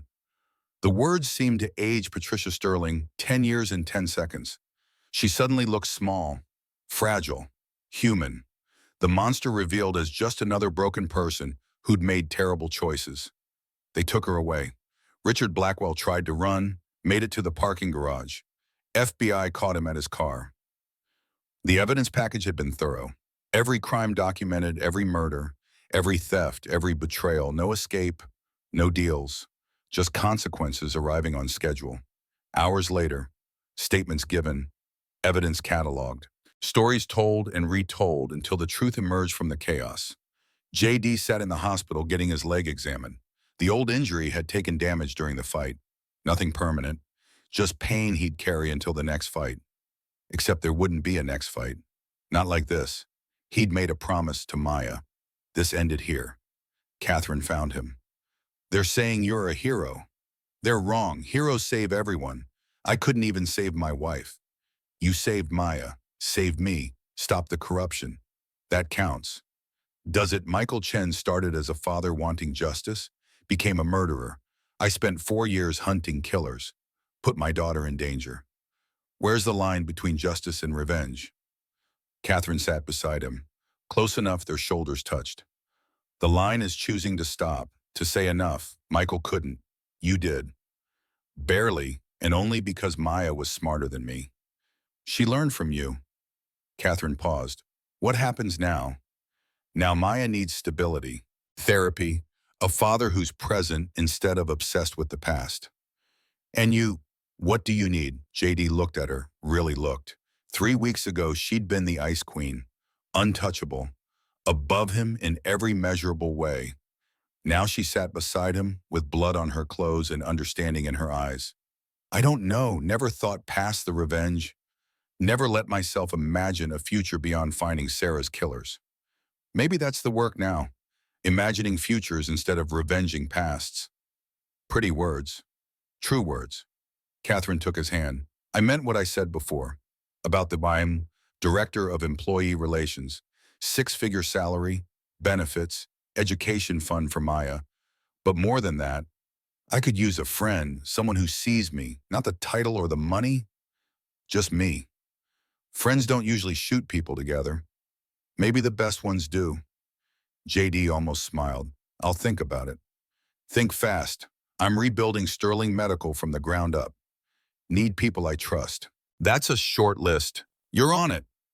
Maya appeared in the doorway, Mrs. Patterson behind her. They'd been giving statements to child services, establishing that Maya was safe, loved, properly cared for despite everything. Daddy, can we go home? Home. The tiny apartment with secondhand furniture and walls too thin. The place where art supplies cost too much and asthma medication ate his paycheck. Where Sarah's ghost lived in photo albums and Maya's drawings. But also where they'd survived, where they'd healed, where they'd built a life from ashes. Yeah, baby girl, we can go home. Catherine stood. I'll drive you. Your truck's still at my cabin. Probably totaled anyway. You don't have to. I want to. They left the hospital. 3 people who'd survived something that it should have killed them. Changed by violence and revelation and the discovery that corruption runs deeper than anyone wants to acknowledge. In the parking garage, Catherine's Bentley sat untouched. Rich people's cars survived even when rich people didn't. They drove through Charlotte. 2 a.m. City lights reflecting off wet streets. Rain had started, washing away blood, evidence. The physical stains, the metaphorical ones, would take longer.